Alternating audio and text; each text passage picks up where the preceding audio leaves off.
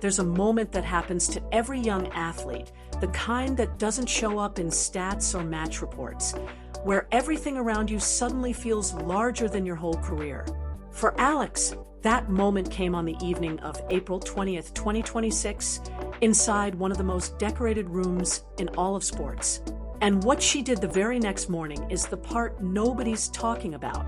Let me set the scene for you. The Palacio de Cibeles in Madrid, Spain. The Laureus World Sports Awards, which is essentially the Oscars of the sports world, was being held that night.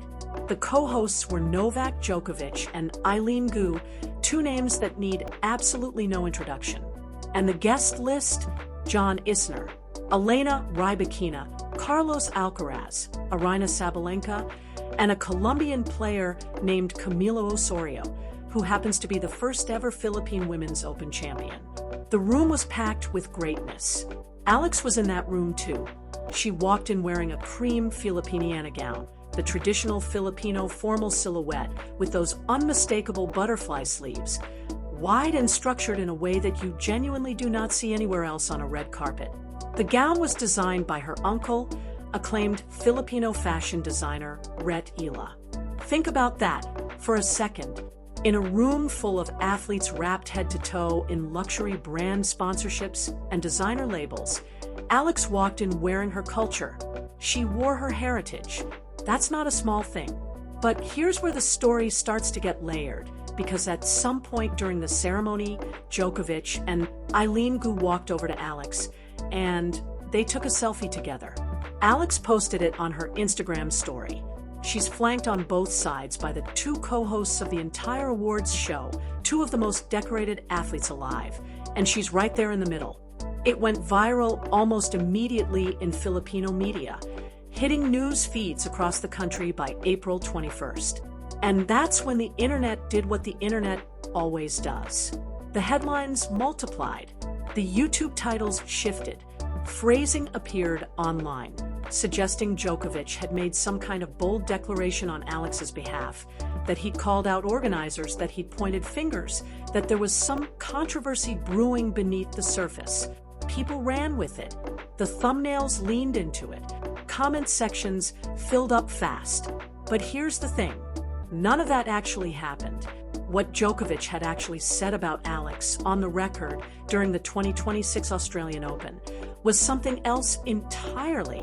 He called the massive crowd turnout around her first round match a very good problem to have. He acknowledged that hundreds of her supporters couldn't even get inside the venue to watch her play. He called her the biggest tennis player to ever come out of the Philippines. That's warm. That's genuine. That is not a call to arms. It's not an accusation. There's no controversy buried in those words. The amplified version people were sharing existed in thumbnails and comment sections, not in any actual press transcript. And yet, somehow that version spread further and faster than the real one. Meanwhile, Alex sat down for a post-match press conference on April 22nd, the day after the selfie exploded online, and she gave the most honest account of what that glorious night actually felt like. She described her heart rate spiking the moment Djokovic walked toward her, not because of some tension or confrontation, because she was 19 years old standing next to two of the greatest athletes on the planet, and her body just reacted. She described Eileen Gu specifically as someone who genuinely moved her. The way she talked about that night wasn't political. It wasn't charged. It was just a young athlete being completely honest about how overwhelming it is to exist in a room like that. That's the verified record. Everything built on top of it is somebody else's story, not hers. Now, to really feel the weight of that evening, you need to understand exactly where Alex was standing professionally when she walked into that room. Her WTA ranking on April 21st was 44 in the world. She'd actually been as high as 29 just weeks earlier in mid-March 2026, a career high. But her early clay season had been rough. She dropped out in the first round in Stuttgart to Leylah Fernandez. Then she went out in the round of 16 in Linz against Yelena Ostapenko. So by the time Madrid came around, she was sliding. The ranking had dipped. The momentum had stalled a little. Madrid was the reset. Her stated goal entering the tournament was a deeper run, one that could protect her seeding position heading into Roland Garros.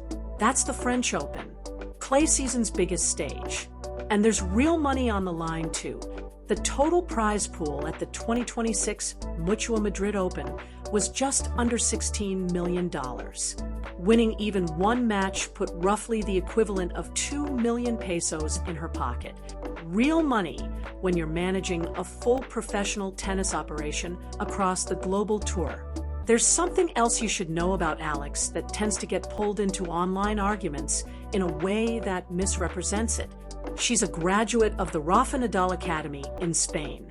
People online sometimes use that fact as evidence of favoritism or political backing or some kind of manufactured path to success.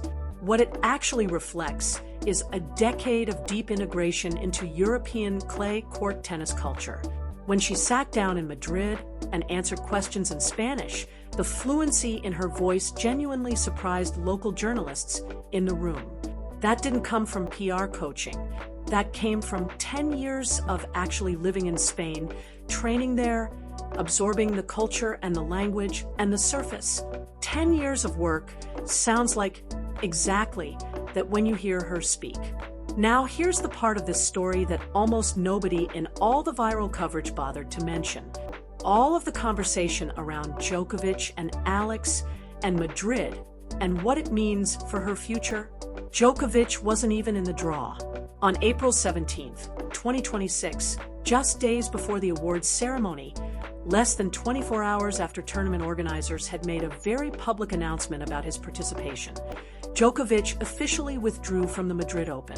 Shoulder and elbow injury picked up at Indian Wells, where he'd already lost in the fourth round to Jack Draper. His message on social media was short. He said he was continuing his recovery and that he'd be back soon. Hasta pronto. That was it. He showed up to receive his co-hosting duties at the Laureus Awards. He posed for a selfie with a 19-year-old from the Philippines. And then he was gone from the tournament conversation. But his name never left it, because the cultural space his presence created, that enormous footprint he leaves just by existing near a story, got filled immediately. Filled by a photo, a caption, and whatever version of events a particular audience was already primed to believe. That's how the internet works now. You don't need the full story. You just need a name big enough to attach to a feeling. What's worth paying attention to, though, is what Alex actually did the morning after her heart was racing in the Palacio de Cibeles.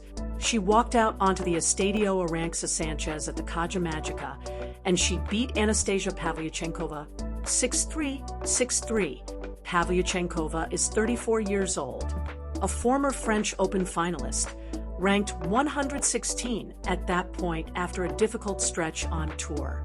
The match lasted 90 minutes. Alex saved 2 break points early in the first set. She broke Pavlyuchenkova in the 5th game. She was clean on serve, composed in the rallies, and according to one account, she handled the high-altitude Madrid conditions, where the ball moves faster and kicks harder through the thinner air, with what was described as pure emotionless calibration.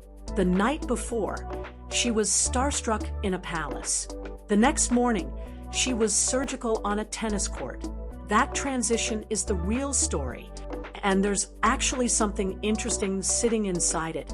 If you think about it, that adrenaline she described, that physical jolt from being close to Djokovic, and Eileen Gu, a competitive system doesn't just absorb something like that and go quiet.